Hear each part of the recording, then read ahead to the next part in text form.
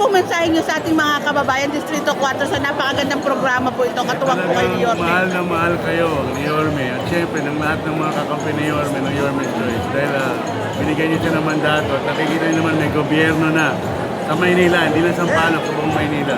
Kaya just always believe. We believe in Yorme. Yorme's Choice. Don't worry, Sampaloc, Manila.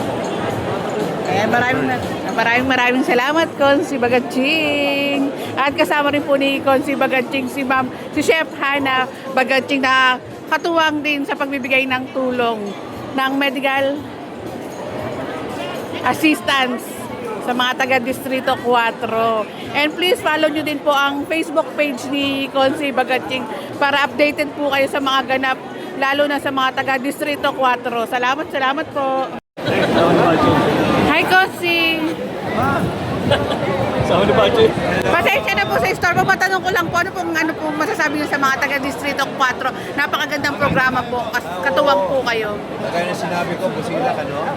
Ito ay nilalapit ni Yorme yung gobyerno sa tao. Hindi na yung kailangan pa pumunta sa City Hall. Opo. Sila hinanap yun. Kaya napakaganda ng programang ito. Agapay.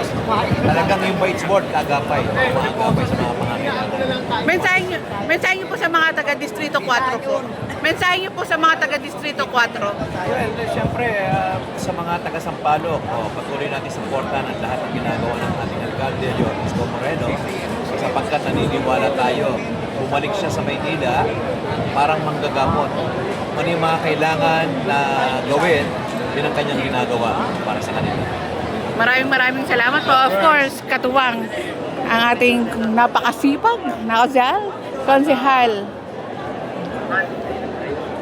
Joel Villanueva.